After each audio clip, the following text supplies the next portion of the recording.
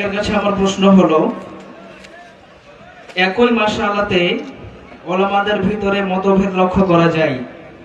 এক্ষেত্রে যারা সাধারণ মানুষ তারা হয়তোবা এটা বিবেচনা করতে পারে না আসলে সঠিক কোনটা। এক্ষেত্রে সাধারণ মানুষের ক্ষেত্রে করণীয় কি? ওয়ালাইকুম আসসালাম ওয়া রাহমাতুল্লাহি ওয়া বারাকাতুহু। ভাই প্রশ্ন করেছেন এবং গুরুত্বপূর্ণ প্রশ্ন যে একই মাসালার উপরে দুজন আলেম দুই রকমের ফতোয়া দিয়েছে, স্ববিরোধী ফতোয়া। সাধারণ আমজনতা আমরা কোনটাকে মানব, এটাই তো নাকি? আচ্ছা, যখন আমরা বাপ অসুস্থ হয় বা আপনি অসুস্থ হন, ডাক্তারের কাছে যাই, তার আগেই কিছু গ্রামের মানুষ বলে এই ডাক্তারটা ভালো, আর কিছু গ্রামের মানুষ বলে না এই ডাক্তারটা ভালো। তখন আপনি কি করেন? আরে দুটোই তো ভালো।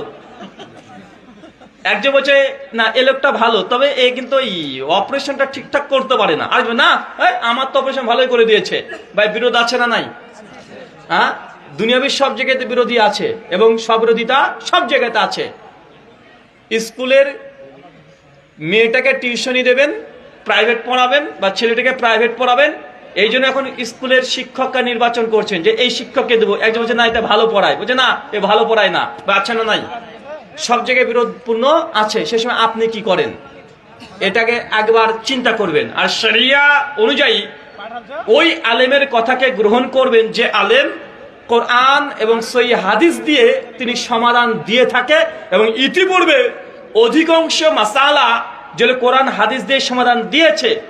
আর কিছু আলেম আছে যারা কিছু সময় কোরআন হাদিস ব্যবহার করে আর কিছু সময় কোরআন হাদিস ব্যবহার করে না, একে বর্জন করবেন। কথা বুঝতে পারছেন? মানে সর্বাধিক সব সময় যে কোরআন সুন্নাহ দিয়ে ইতিপূর্বে ফতোয়া দিয়েছে, আর আরেকজন যার সঙ্গে বিরোধ হচ্ছে সে মাঝে মধ্যে কোরআন হাদিস ব্যবহার করে, মাঝে মধ্যে মাযহাবী ফতোয়া ব্যবহার করছে, মাঝে মধ্যে বড় হুজুর বলেছে।